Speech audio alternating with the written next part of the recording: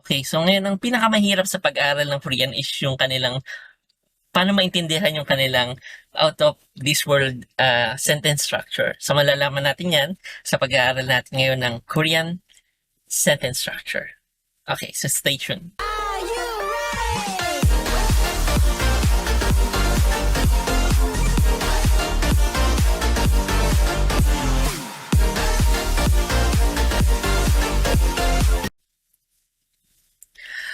Okay, ngayon so yung Korean is medyo kakaiba yung kanilang sentence structure. Tawag nila parang alien-like sentence structure. So medyo kakaiba siya sa English ano. So yung Korean sentence sinusulat siya in the following order. So una muna yung subject, object, and then huli yung verb. Okay. So 'di ba yung English is subject, verb, and object. So for example sa English is for example subject, verb, object. Yung usual na sentence natin is I eat hamburger. So sa Korean iba. Ang sentence structure nila is subject and then object and uli yung verb. So sa kanila is I hamburger eat. Okay? So kaya naglalabo-labo. So ang hirap magsalita sa kanila. So same with Japanese. So pareho sila ng sentence structure.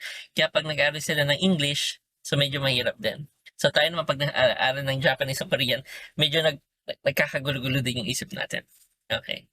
So and then isa pang sentence order sa Korean is yung subject plus adjective. So for example, I beautiful. Okay, usually walang walang verb. Okay. So so as a review sa ating English, so I will say ano ba yung subject and object, baka nakalimutan niyo na. Okay, so mahalaga ito kasi for you to able to understand yung mga later concept. Okay. So yung as a review in English, yung subject, it refers to yung person, thing, or noun that is acting. So siya yung subject ng sentence. So siya yung gumagawa ng action ng verb. Okay. For example, here. Okay, so I went to the park. Okay, ang subject natin is yung I. Okay, for example, he loves me. Okay. So ano subject natin dito yung he. Okay, for example, the dog ran fast. Okay, the subject natin is the dog. Okay. Alright, so this in English, yung subject always comes before the verb. Okay. So ano naman yung object? Object, it refers to whatever the verb is acting on. So siya yung doon ginagawa yung action. Okay, for example, he eat rice. He ate rice. He ate rice.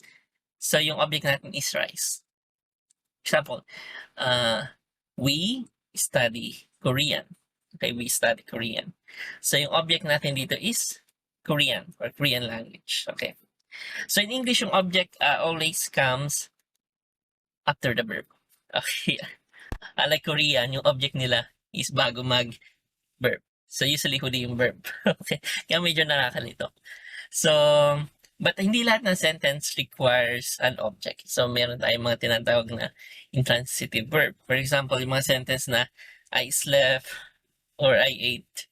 So there's no object because it's simply omitted from the sentence. So hindi naman natin masabihin I sleep you or I go you. Okay, so that will be strange. Okay. So yung subjects natin are always present in sentences. Okay, with adjectives. So, but usually there's no object sa mga sentence sa may adjective. For example, school is boring. Okay. Or for example, the movie was good. Okay. For example, my girlfriend is beautiful. Or the food is delicious. Okay. So wala nang object. Alright.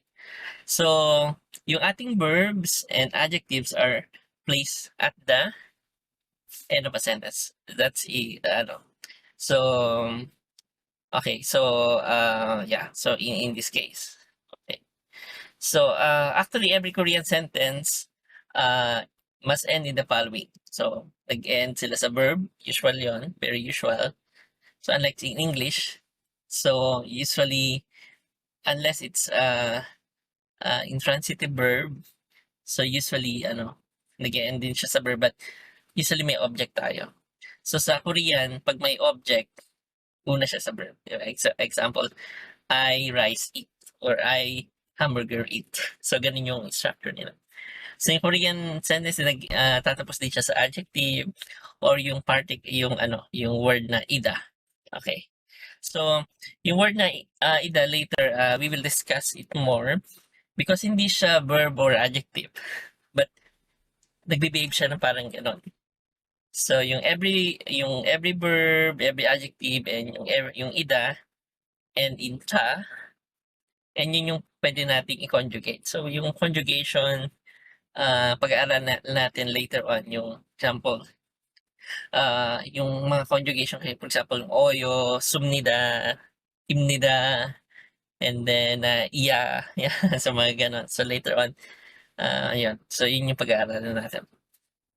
So, also yung Korean din has formality system sa kanilang language. So, for example, iba yung way nilang pagsasalita sa matatanda and bata. Okay. So, very important yun. So, sa inyo, sa Korean, sa Japanese, meron silang ganong ano. So, sa atin din, manlalagyan ng po.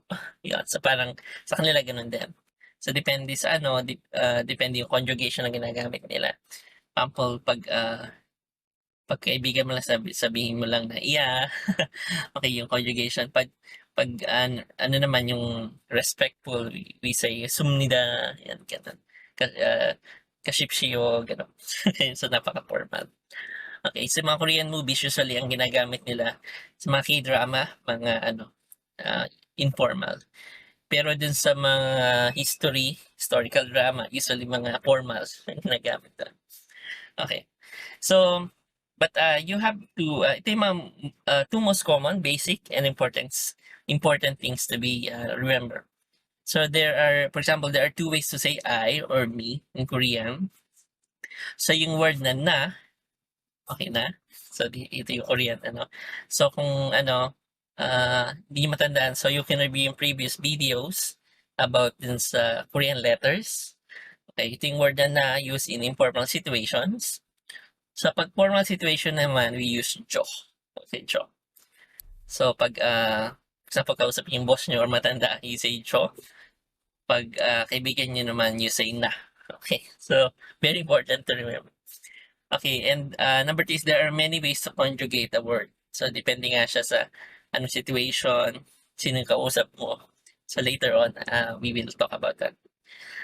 Okay, so now that you know all of that, so we can talk about na yung making Korean sentences.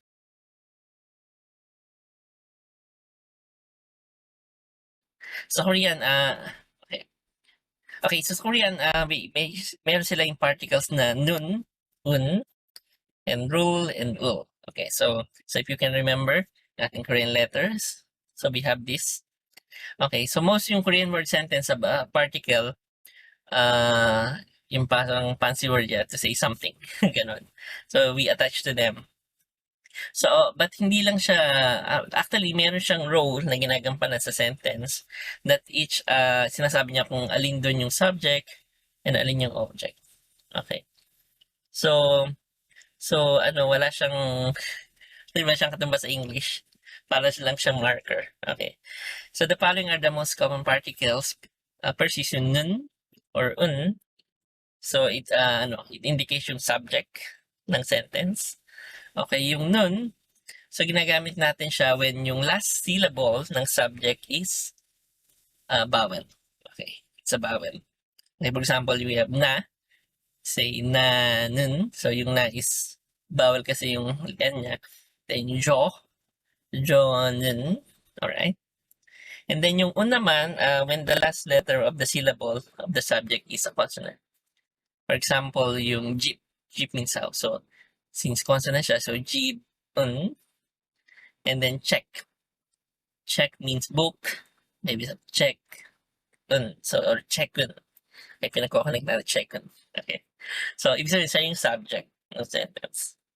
So, how about yung lil or ul? So, these are the object of the sentence.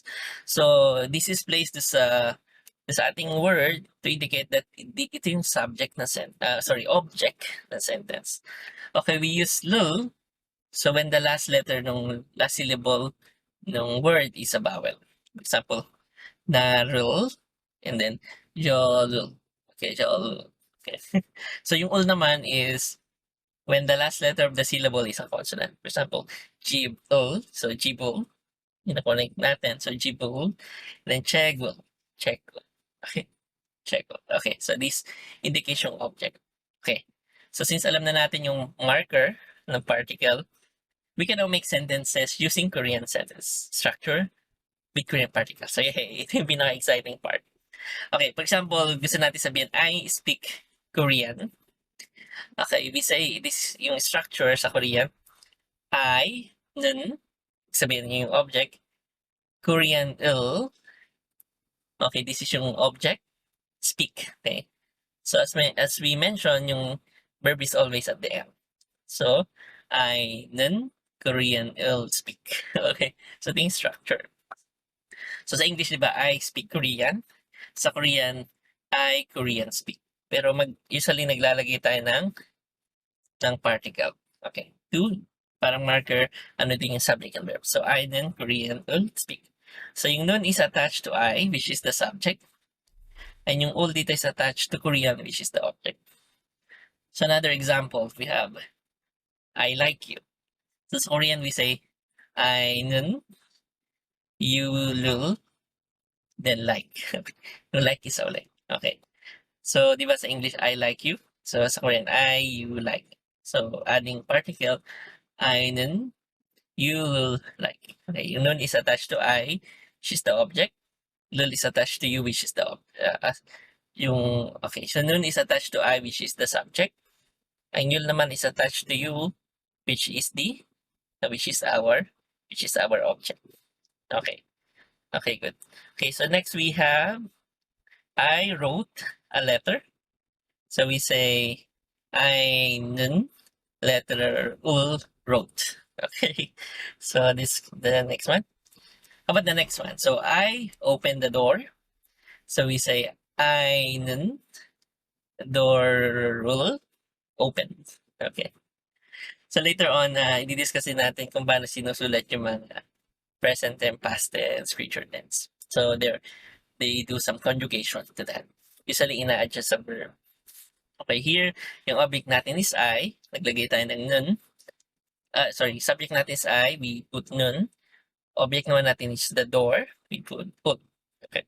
Last example. So, my mom will make pasta. Okay. So, this future tense naman. Okay, my mom, pasta will make. Okay, this is yung structure. So, later on, we will make yung Korean sentence na using mga Korean words. Okay, dito, pinag-aaralan lang muna natin yung structure. Okay. So, yung subject dito is my mom, we put un. The object natin is pasta, we put roll. Okay. Okay, so same yung sentences with adjectives. However, remember, sentence with adjectives ay walang object. Okay. For example, my girlfriend is pretty. I say, my girlfriend is pretty. Okay. So, okay, walang object siya. Okay, for example, the movie was scary. The movie nun was scary. Okay. So nun is attached to the movie, which is the subject. Okay. So now, let's switch our focus to sa using actual Korean words. Kasi gagamit na tayo ng actual Korean words to make sentences ending ida. Okay. So the word na ida is to be. Okay, to be. So let's start building sentences in Korean. So we'll start by making simple sentences using the word ida. Ang translation ng ida is parang yung to be. Okay, like yung is, are, was, were. Okay, for example, here. So yung I am a man. So yung ida dito is am. He is a man, which is is. Okay. And they are men. Okay. And then I was a man. They were men. Okay. So in each of these sentences, so yung different word na is, am, are, was, were, is used depending on yung subject and yung tense na sentence. So, kita yan dito. So, in Korean, yung ida is used to represent all of those to be words. Okay. Okay. So, like yung adjectives, ida cannot act on an object. So, only yung verbs can act on object. For example, ano yung mga example natin? So, I eat hamburgers. So, yung eat dito is verb. Object is yung hamburger. Okay, like this. Okay, so, okay. Alright, so, and then she meets my friend. So, meet is a verb. Object natin is my friend. And they study Korean. Study is a verb. The object yung Korean. Okay, we listen to music. Listen is yung verb. Object is music. So, all of these sentences, meron silang objects. Because yung verb is predicate nung sentence. However, in sentences that na merong adjectives, there's no object. Example, we have, I am pretty, she is beautiful, they are hungry, or we are smart. Okay. So, wala siyang object, di ba? So when we use adjectives in English, we must use to be words like am, is, and are.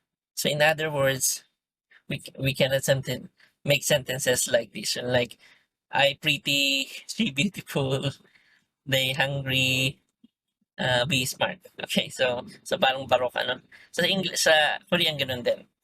So for example, yung ida is not used in these types of sentences. Okay. So ginagamit lang yung ida when we use these types of sentences like I am a man, he is a man, or they are men, I was a man, they were men. So yung ida is used to indicate that a noun is a noun. Okay. So, yung structure ng sentence na may ida is parang noun, nun, depende sa end ng syllable, and another noun, ida. For example, einen man ida. Okay. That means I am a man. Okay. So now, let's substitute yung words for man and I sa Korean.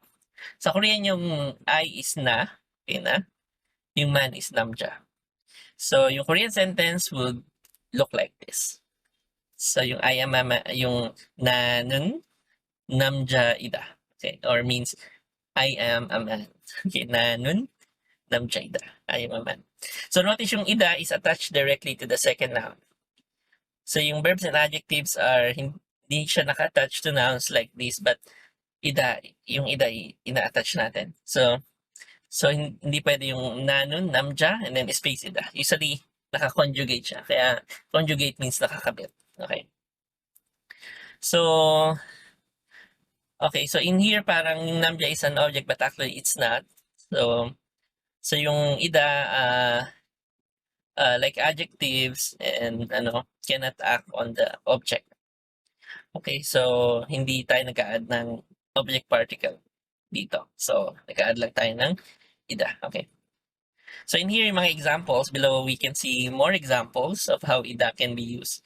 For example, na는 yoja ida, or I am a woman. Okay, so if you want to remember yung mga Korean letters, yeah, so you can review mga past lessons. Or yung informal here. So, na는 yojaya. Yeah, yojaya. Okay, so parang parang ito yung may conjugation na dito. Ito yung mga informal. Pag naman medyo respectful na 저는 여자예요. Okay, ito yung mas respectful. Okay, paano naman yung sasabihin yung I am a teacher?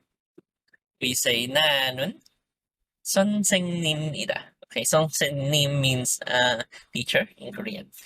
So yung medyo informal, we say 나는 선생님이야. Okay, 선생님이야. So very informal siya. Respectful conjugation. Ito may conjugation na kasi siya. 저는 선생님이에요. Okay, 저는 선생님이에요. Right.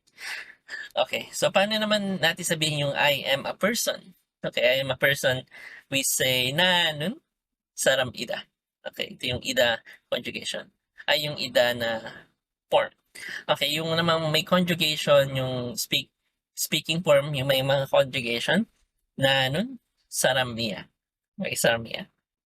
Or yung formal, medyo may formal, 저는 okay, 저는 사람이에요. 저는 사람이에요. Okay. So yung form na to, pwede kayong mag-substitute ng noun, both of these. So ito yung paano sabihin yung ida na form. Okay. So you can substitute any words. Alright. So in next lesson, I will share to you yung mga words na paano sabihin yung this or that. So which are open use sa mga subject of these types of sentences. Okay, yung mga, okay, so yung pag-aaralan natin yung paano sabihin yung that thing, this thing. Alright, so in next lesson, okay, after this. Okay, so yun lang, okay, so, okay, hopefully you learn a lot. Okay, so thank you and fighting.